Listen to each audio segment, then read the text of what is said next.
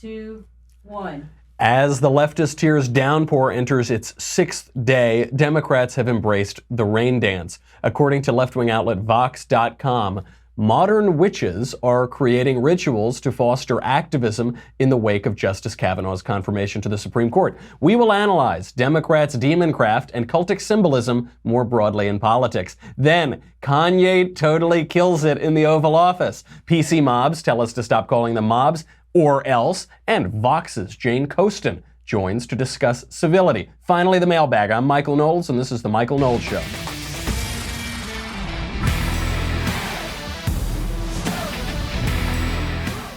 Oh, so much to get to. We have way too much to get to, not enough time. Let's jump right in and make a little money, honey, with ZipRecruiter. ZipRecruiter, you know them. You know ZipRecruiter. Thank goodness ZipRecruiter wasn't around when I showed up here at the door, a starving, out-of-work actor, a blank book author, not a penny to my name. No, fortunately, we didn't have ZipRecruiter then. Now we have ZipRecruiter, so we hire only the most qualified candidates. ZipRecruiter is fabulous. There are job sites that send you to tons of the wrong resumes to sort through. That's not smart. There are job sites that make you wait for the right candidates to just find you through, I don't know, magic. That's not smart. What ZipRecruiter does is you post a job to ZipRecruiter. It will go out and help you find the candidates. It will send them over to you. That's why ZipRecruiter is rated #1 by employers in the U.S. It actively invites people to apply.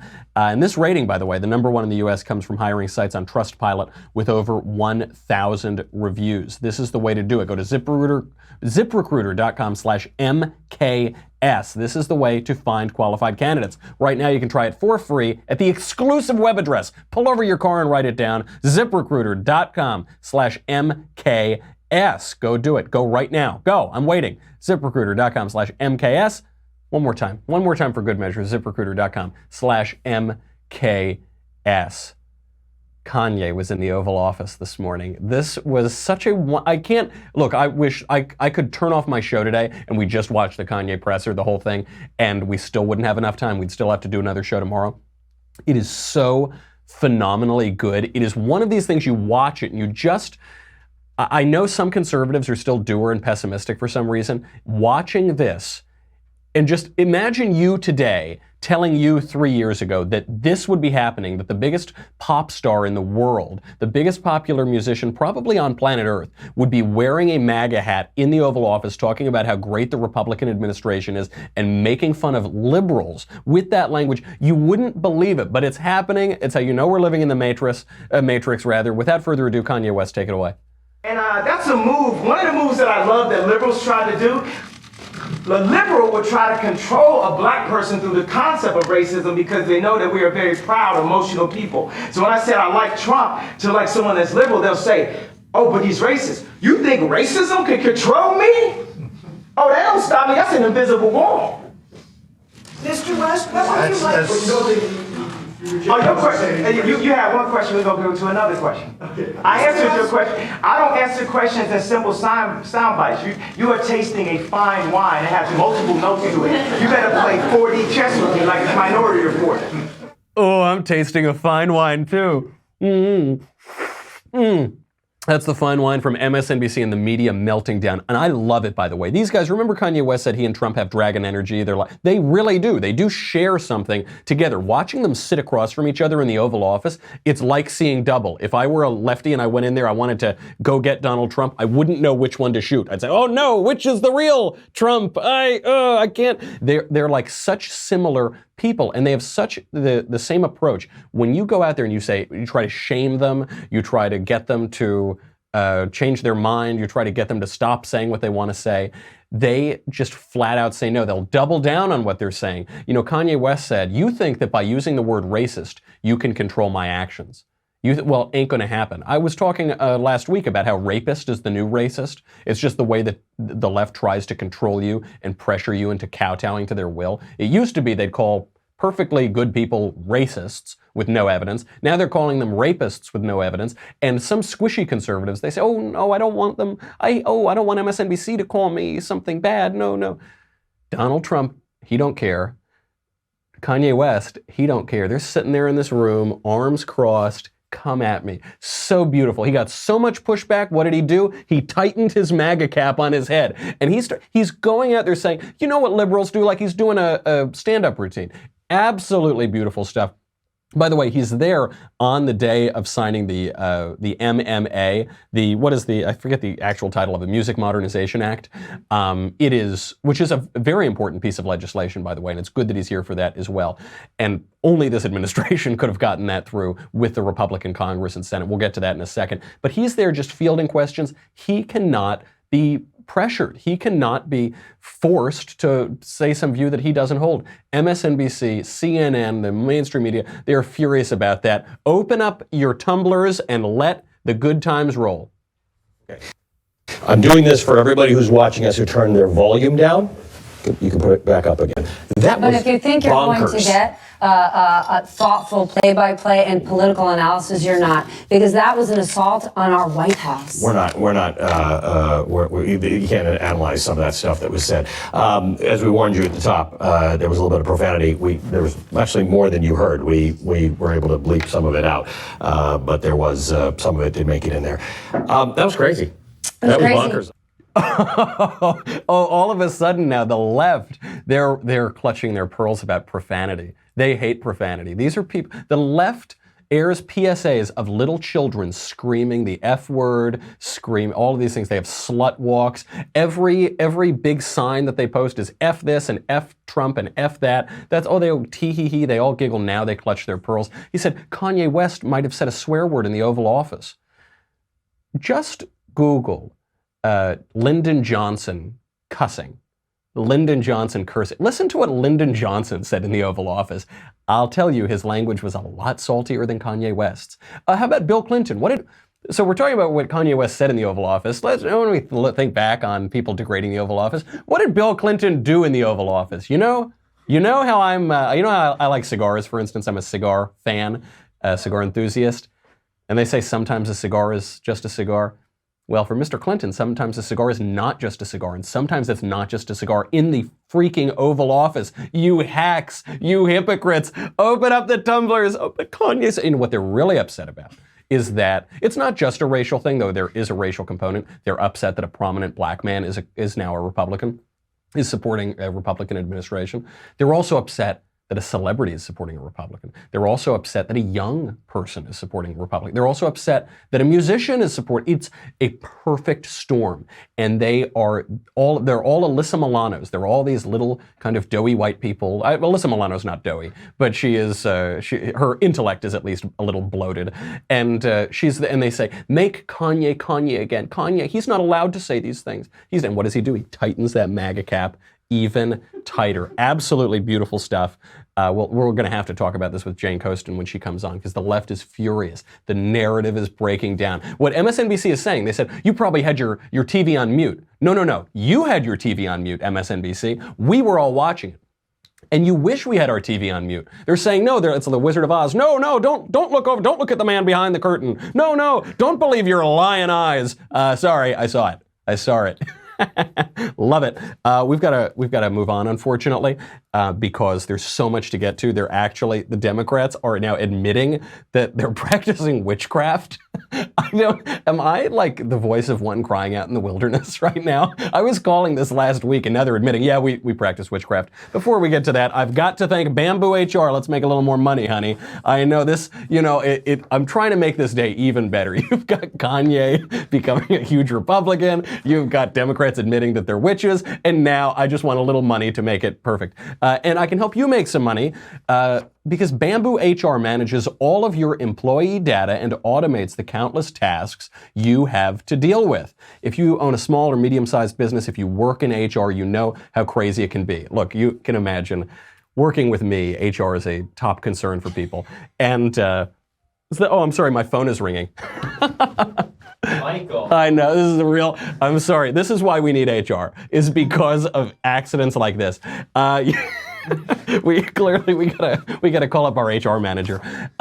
If you work in HR, if you work with me, you need a lot of HR.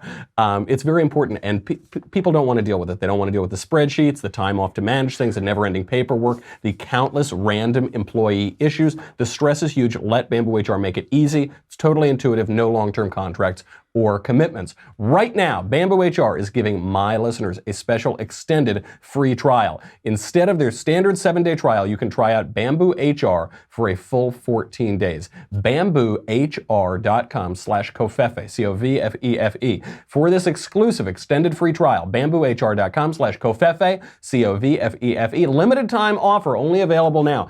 Do it quickly before you get sued or something, because you've got an employee like me who, one of the best things I do is leave the telephone on. BambooHR.com/Covfefe, C-O-V-F-E-F-E, BambooHR.com/Covfefe. Before we bring on Jane, I have to read you this article from Vox. It's actually from Jane's publication. Jane Coaston, I'll say something nice about her. She is certainly the most reasonable person at Vox.com. That's why we talk. That's why I'm having her on the show. and actually, I read Vox all the time because it presents honestly the left-wing point of view.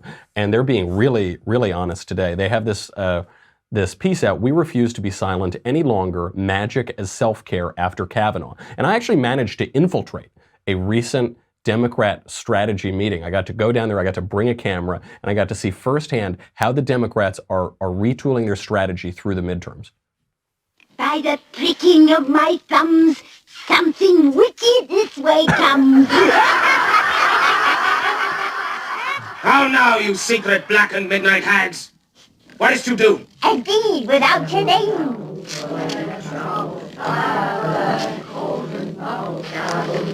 Togas on the Coaston, days and nights at 31. Sweltered venom sleeping got, boiled out first in the charmed pot. Eye of newt, toe of frog, wool of bat, tongue of dog. Adder's fork and blind worm sting, lizard's leg and owlet's wing.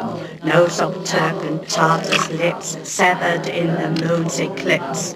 Fillet of a penny snake, in the cauldron boil and bake.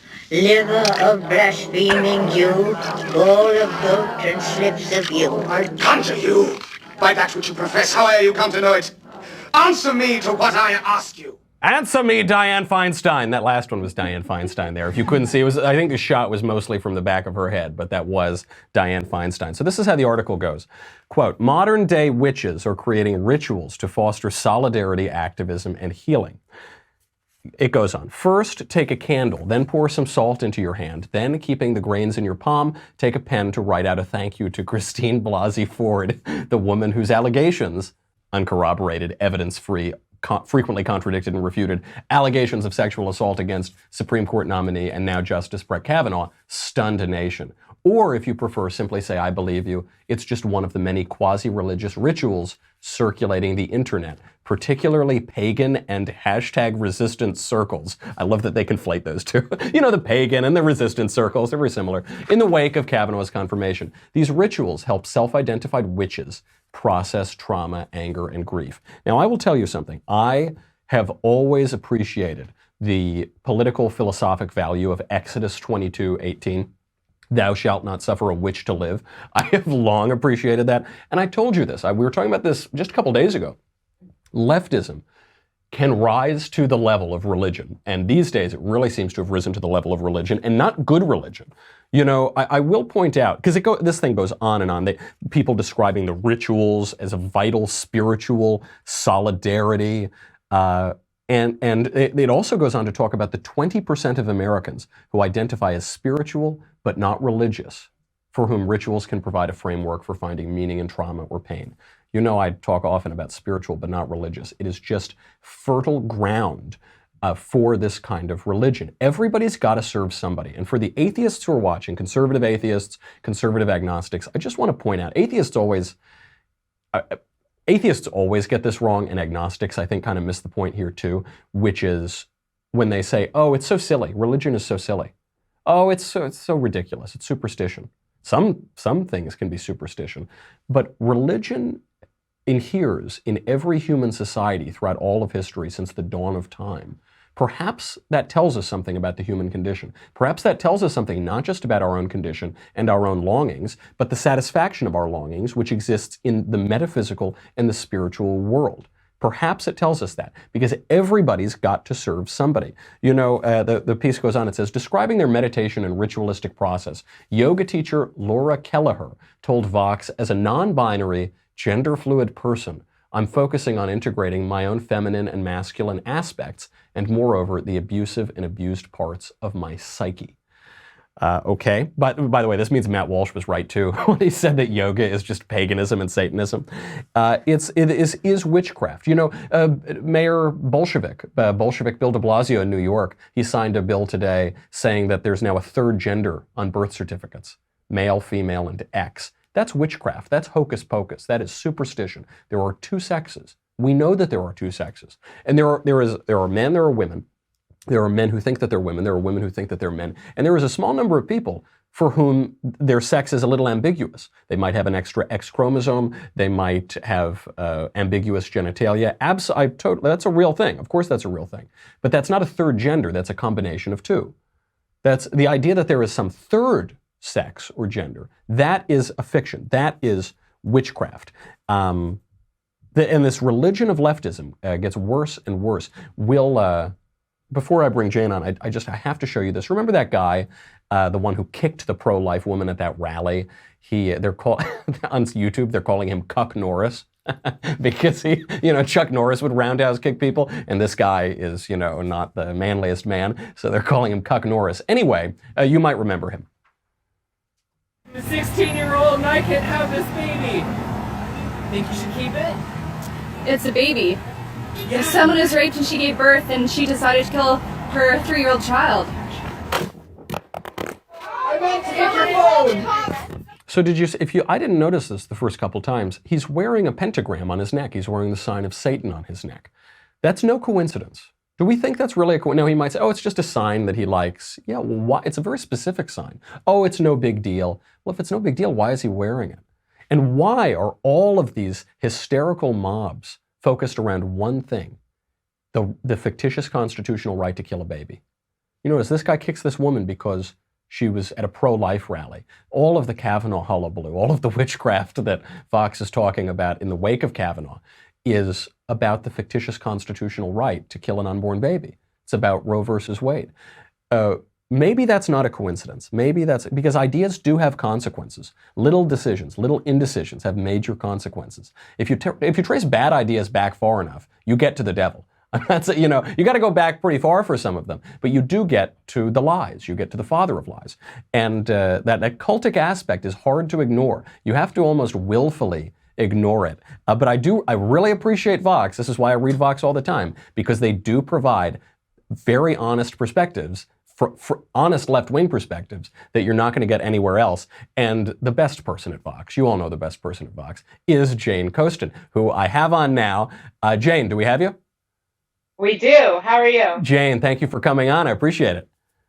Of course, anytime. I was just going through, did you see that article on Vox today about the witchcraft in the wake of Brett Kavanaugh? I did. That was from Tara Burton, who writes a lot about religion. It's interesting because I think that a lot of her works on, has talked a lot about the Vatican and the recent crisis in the Catholic Church. And I think it's particularly challenging because when we talk about religion here, we're talking about a lot of different religions. So I think it's interesting that she's able to write so effectively across a wide swath of religious beliefs. I really like the piece. I think people should go read it. I liked there was one at Alatia a while ago on the cultic imagery in that Ariana Grande video. And it was this terrific piece written by a self-described witch. And I think a lot of people on the left and the right don't appreciate religious symbolism because a lot of people are religiously illiterate now. You are not religiously illiterate, and you have some common ground with conservatives, or you at least have an understanding of some aspects of conservatism, which I think makes you unique in many ways. So I want your perspective on this. Completely changing gears here. Okay. Hillary Clinton, within the last couple days, has said that the time for civility is over. We can't be civil. We're going to be civil once the Democrats retake the government. Eric Holder said, forget about Michelle Obama's when they go low, we go high. When they go low, we're going to kick them right in the face. What say you, both the perspective on civility from the left and broadly for the whole country?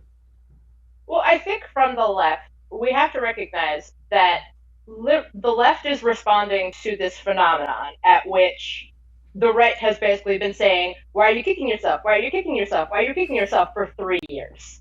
And no, do you think the right has been uncivil? I think the right has been uncivil, yes. I think everyone involved has been uncivil, and I'm operating entirely in good faith here. I think that the same people, I think that it's complicated, and I talk about this a lot, how when we talk about the right or the left, we need to be really careful in our terms. Because I think that we run the risk of conflating David French at National Review with someone writing at Breitbart. When we all know that those are not the same thing. Different perspectives, yeah. Right, different perspectives. There's, we're not talking about Noah Rothman at Commentary versus like someone getting aggregated at Twitchy. These are different things and a different conceptualization of what the right is. So I think that first and foremost, it's important to kind of get at our terms here. Because I think what Clinton and Holder and others are responding to is this idea that, I remember that was that kind of meme of 2015, 2016 about Trump, the but he fights.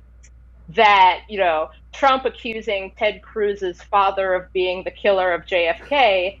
He was just raising questions. He was just raising questions. Nothing happened to him. And you saw again and again that, everyone made fun of Jeb Bush because called him a cuck because he wasn't like Trump. And this idea that Trump won on the basis of fighting and on the basis of just being willing to insult people and insulting Ted Cruz's wife and insulting Hillary Clinton. And this idea that, okay, well, that seemed to work.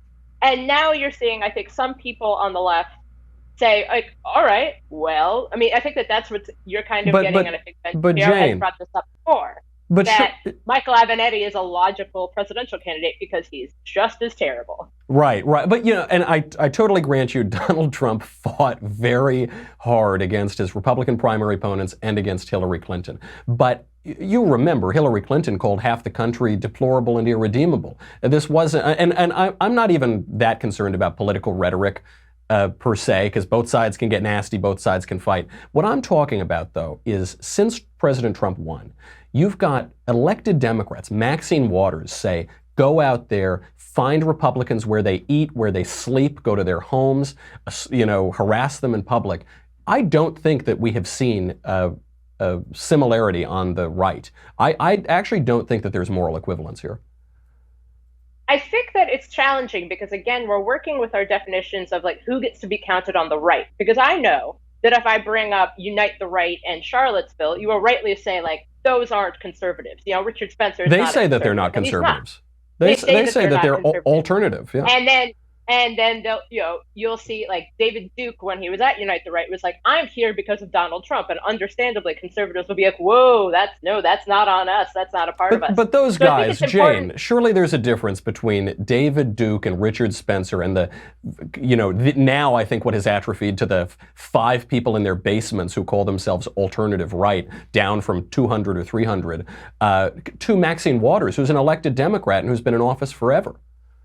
Yeah, and Steve King is also an elected Republican. And again, like we could keep going back and forth, and I think that But Steve King's never called for violence, never called for public harassment. I think that when you're talking about someone like Steve King, or you're talking about this concept of like who's promoting violence and who isn't promoting violence, I think that it's important. First, I want to say at the top that promoting violence is bad. It's a bad idea. Just to be we agree. Yeah. If someone like drives into a building because Jane Coaston said something, I just want to be here on the record saying, please don't drive into a building. But I want to be clear that there is a sense that I think a lot of people enough have this idea that, when there's a lock her up chant at a rally, which obviously speech is not violence, to be perfectly clear. But I think that there's a sense like, why can these people get away with something and we can't get away with something when no one should be getting away with it at But the all? lock her up chant is asking why Hillary Clinton is allowed to get away with something as well, right? Which is, why is she allowed to get away with mishandling federal records? Why is she allowed to get away with wiping her servers? Why is she allowed to get away with this and that? I'm not defending it, though I do defend the lock her up chant. I'm just saying there is a difference between that and saying go to Hillary Clinton's home where she sleeps and kick her out of restaurants. I think that there is a sense that there is no, how best to put this?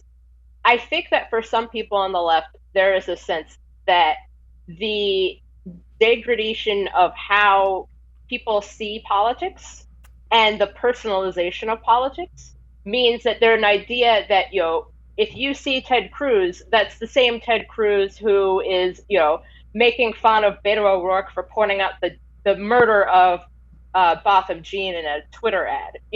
That the personalization of politics means that people, you see Ted Cruz, you're not seeing Ted Cruz guy eating dinner, you're seeing Ted Cruz, that politician. And I think that there's a sense on the left, and I think somewhat on the right in a little bit, but I think it's a different conceptualization, that the personalization of politics means that political figures, it's not, a lot of people have criticized this because you see pictures of Michelle Obama and George W. Bush together.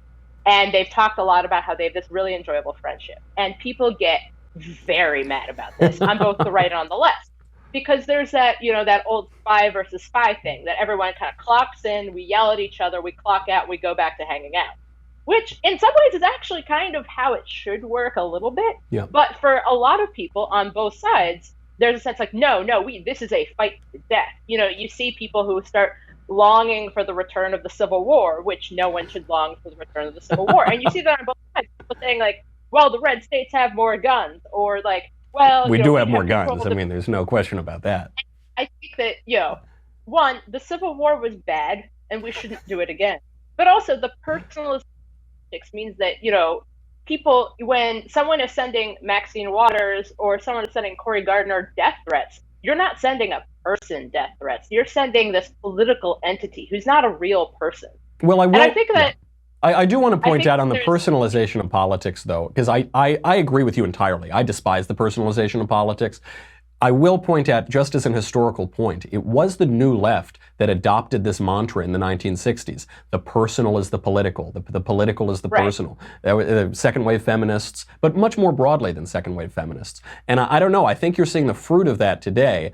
But I do want to know also, because when I look at where the Democratic Party is going, I don't know. I have my own skewed perspective. I don't think I've referred to Elizabeth Warren without calling her Liawatha in the last 2 years. So I want to know from your perspective, where do you think it's going to go? Or is it going to be some belligerent Michael Avenatti, guy who just makes things up and challenges people to mixed martial arts fights? Or are you going to get a more, I don't know. I actually don't even really know who the moderate or centrist Democrat would be. I guess Joe Biden would be maybe the closest. Where's it going to go as we head through the midterms and into 2020? Well, I think that it's complicated because, if we think back to 2014, people were not exactly talking about a Donald Trump presidential run until we get to that, the June 2015 escalator moment. Right. But I think that what you're seeing on the ground right now is that the number one issue that Democrats are running on isn't Trump, it's not Russia, it's healthcare. And you're seeing that in state after state after state after state. And, I'll talk specifically about, say, the state of Michigan. The state of Michigan is a really interesting example because you have the Democrats going really hard on the issue of criminal justice because they're pointing out the fact that Larry Nassar, one of the worst sexual abusers in American history, who abused hundreds of children, essentially, a lot of Democrats are kind of saying, like, clearly Republicans who were in charge in Lansing were not able to get a handle on this issue or on the Flint water issue. So I think what you're going to see more is this increased, I think conservatives will love it because it's a return to federalism, increased localism in politics, because you're seeing, in Ohio, in Wisconsin, in Minnesota, in Michigan, a lot of these states, you're seeing people saying, I don't really care, Trump, Russia, whatever, that's fine. I want to talk about this specific issue. You saw that in Virginia last year in the special election where you had candidates who were running for the Virginia House talking about, like, I have nothing to say about Trump. All I care about is this traffic issue. And they win because it turns out that when you live in the state of Virginia, you care a lot about traffic. And so I'm not sure what that's going to result in terms of a 2020 nominee, because I have gotten out of the business of trying to predict what is going to happen Haven't with we presidential nominees. But I do think that Democrats on the ground are really going with okay, what are people actually worried about? Not like, I think that there's a sense that, there's like what we get riled up about on Twitter. There are people who are fake worried about things. And then there are people, I think, when I was, before I came to Vox, I was paying for my own and my spouse's own health care. And that's a major concern for millions of people. I was really concerned about housing issues because, I live in the city of DC. DC is very expensive for housing. And it kind of, when we decide to have a family, that's something we need to think about. And it is for a lot of people, which is why you're seeing housing becoming a big electoral issue, I think, in Seattle and elsewhere. Well, and I do agree. Issues are going to become a big deal. I think you're absolutely right, especially on the Twitter point, which is that Twitter is largely fake. It is all of the outrage. I think that is largely fake when it gets down to real people. I'm skeptical that we're going to be returning to federalism. I hope you're right. I think it would be very nice if we do that, but I think that we're thoroughly in the bread and circuses, politics as entertainment, presidential politics as entertainment mode. But we'll have to see. I have to let you go, Jane. Thank you for being here. We'll have to have you back. Sounds great. Have a good one. All right. See you later. So we have to get to Mailbag. Before we do that, I do want to mention very briefly the Music Modernization Act. The Music Modernization Act, nobody is talking about this. Nobody knows what it means. I think conservatives are a little misguided on this. That is what President Trump signed into law today. All the musicians were at the White House. It passed, I think, unanimously through Congress and the Senate. It's the first bill to do that, maybe in my lifetime. I don't remember, certainly in this political climate. What the Music Modernization Act does is it really helps out songwriters. So just briefly, because I think some people think that it's the government intruding into the market with regard to music and music publishing and streaming. It's exactly the opposite. The government has had its heavy hand on this for so long. And I know a number of songwriters, pretty well-known songwriters, so they've been looking into this for years and years. Apparently, what happened is in 1906 or 1909, when this kind of copyright and music regime was established, it was because piano roll companies, like the player pianos, you put the roll in and it just starts playing, they were really upset because they didn't want to have to pay songwriters. So they go to Papa, Uncle Sam, big government, and say, we don't want to have to pay them a lot. We want the government to set rates. We don't want rates to be adjusted with inflation. We don't, all of this, right? So the producers and the publishers and the songwriters really get hurt with this. Now, until today, another aspect of this Music Modernization Act was that songwriters who published works before 1972 would just not be paid when their music was streamed. They just get nothing. Sorry, too bad.